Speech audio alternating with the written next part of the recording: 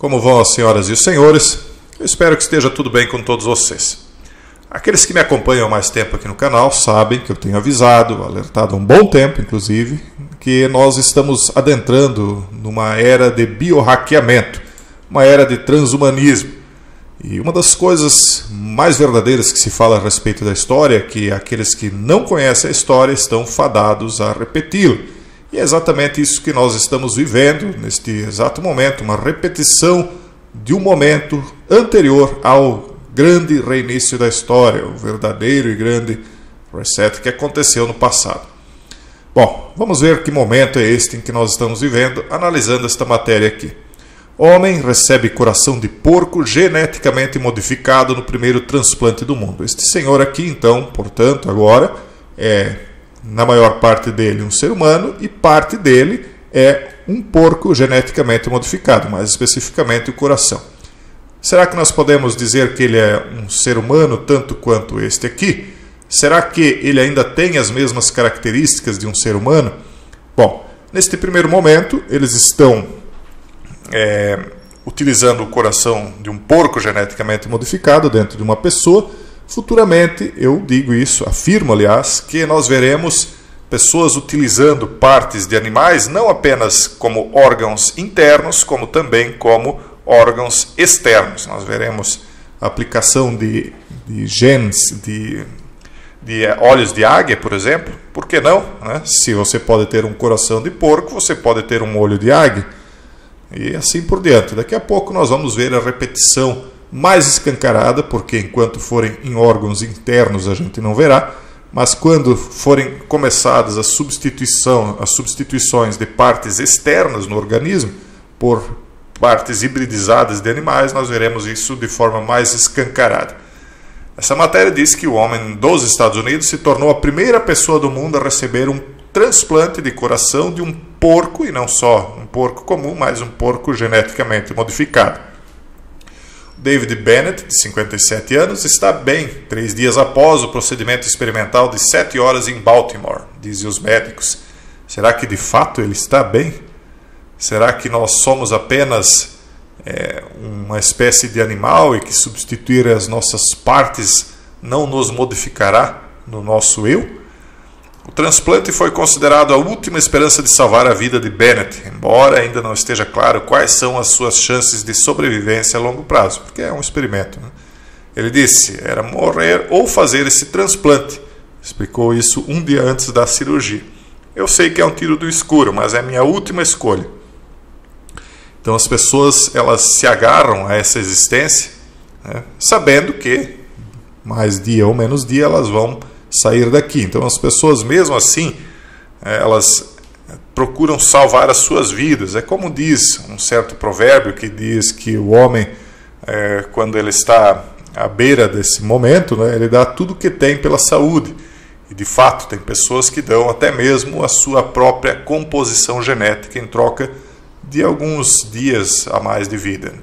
Médicos do Centro Médico da Universidade de Maryland receberam uma dispensa especial do regulador médico dos Estados Unidos para realizar o procedimento, com base no fato de que Bennett, que tem uma doença cardíaca terminal, teria então terminado ali sua vida.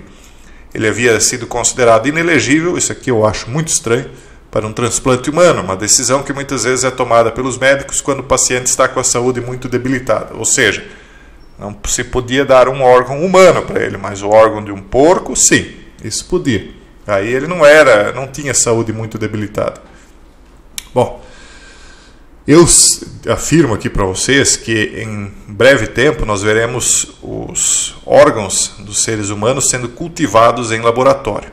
E aí as pessoas vão dizer, bom, se forem cultivados em laboratório não precisarão ser cultivados dentro de animais geneticamente modificados, porque essa modificação genética que eles fizeram no animal, no porco, foi para que não houvesse a rejeição do órgão pelo corpo de Bennett. Então, se o que o Jason afirma de que em breve os órgãos serão cultivados em laboratório, então basta utilizar ali uma célula-tronco, gerar um órgão desde o zero, e esse órgão será plenamente humano, inclusive podendo ser gerado talvez até pela célula-tronco do próprio paciente, certo? Mais ou menos. O problema é que o ser humano ele não vai parar por aí. Vocês já viram neste mesmo canal que as pessoas, algumas delas, né, elas têm esse transespecismo. O que é o transespecismo? São pessoas que gostariam de ser animais, literalmente, se parecer com animais.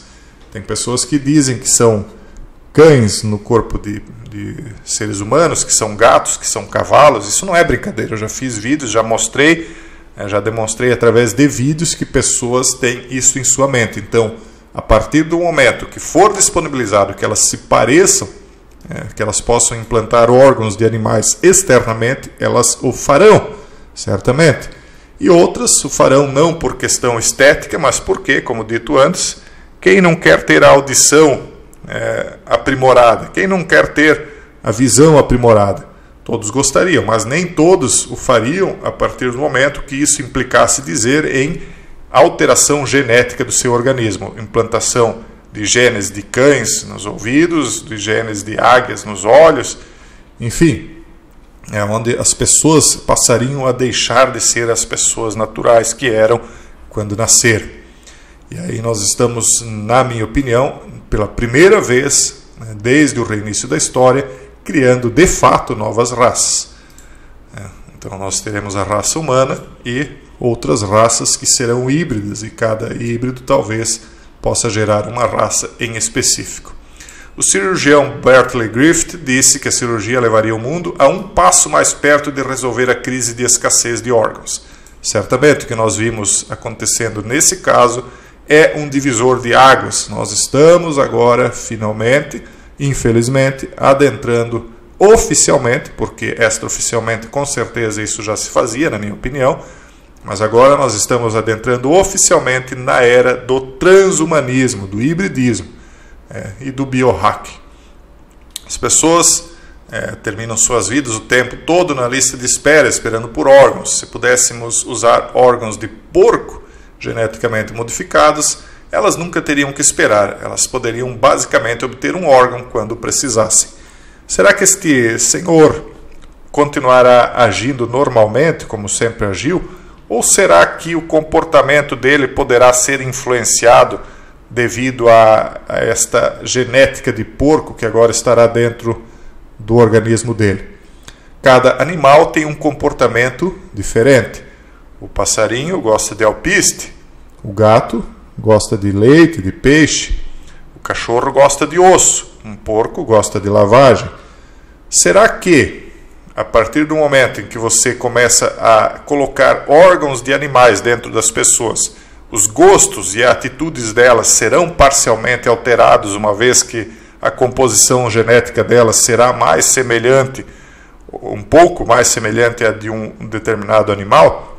Será que o comportamento de um ser humano poderá ser alterado devido à genética dele? Se ele for, não sei quanto pesa um coração, talvez 1 quilo, 2, será que eu estou exagerando? Mas se um ser humano que pesa 80 quilos, ou 100, vamos pegar, e ele tem um coração de 1 quilo de um porco, ele é 1% porco? E se ele for 50% órgãos de porcos? E se ele for 10% porco, 10% cachorro, 50% macaco e 30% humano? Qual é o comportamento predominante? Será que o que vale é única e exclusivamente a mente da pessoa? Ou o corpo ele manifesta vontades de acordo com aquilo que ele é? Será que se implantasse um cérebro humano em um porco, ele teria um comportamento humano, 100%? Ou parcialmente porco, parcialmente humano? Então as pessoas adentraram nessa era do biohack sem se perguntar isto. Ou talvez tenham se perguntado, e justamente porque tiveram a resposta, que é justamente esta resposta que eu estou insinuando, é por isto que eles foram adiante, porque eles querem repetir aquilo que já vimos antes do reinício da história.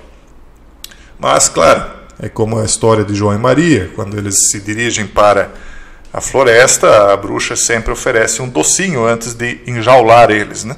Então nós estamos vendo aqui o docinho, essa ideia de que nós podemos ter alguns dias a mais, alguns meses a mais de vida, ou talvez uma vida super-humana de um X-Men, com alguns poderes retirados da genética dos animais.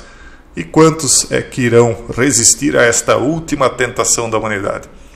Então, este momento divisor de águas, ela diz aqui na matéria, traz esperanças de uma solução para a escassez crônica de órgãos humanos doados. Mas há ainda um longo caminho a percorrer para determinar se dar às pessoas órgãos de animais é o caminho a seguir. Corações de porcos são anatomicamente semelhantes aos corações humanos, mas compreensivelmente não são idênticos, não é o ideal.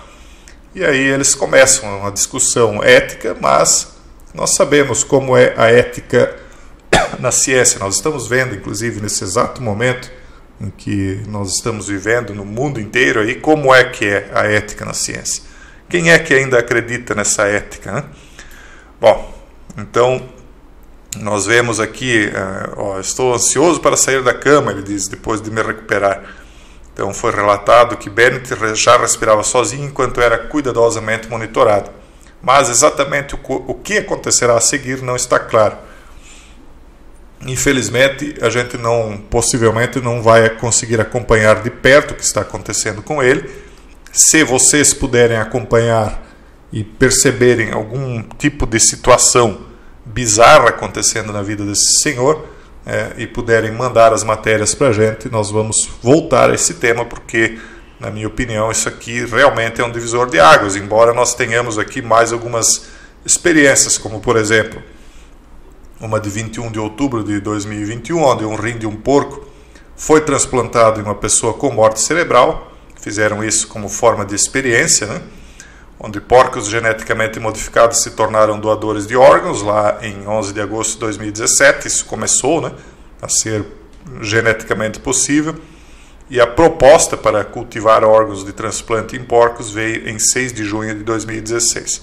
Mas, como dito, aqui esse rim foi transplantado em uma pessoa com morte cerebral. Então, uma pessoa viva, né, e que nós vamos ver os efeitos do que foi feito nela, é a primeira. Ao menos, oficialmente, é a primeira.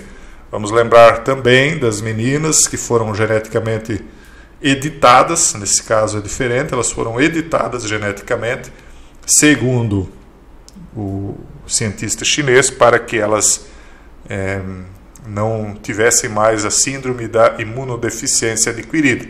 Depois disto, esse cientista chinês desapareceu, depois houve uma polêmica em torno do mundo a respeito do desaparecimento dele, ele ressurgiu, ficou um tempo na mídia, daí ele reclamou que estava sendo aprisionado e logo ele sumiu de novo para nunca mais ser visto. Então, aqueles que acham que apenas as coisas oficiais que estão sendo feitas, não sabem o que está acontecendo nos bastidores. Por que não sabem? Simplesmente porque não pesquisam, porque são crentes nessa nova deusa chamada ciência. Um forte abraço e até o próximo vídeo, se Deus quiser.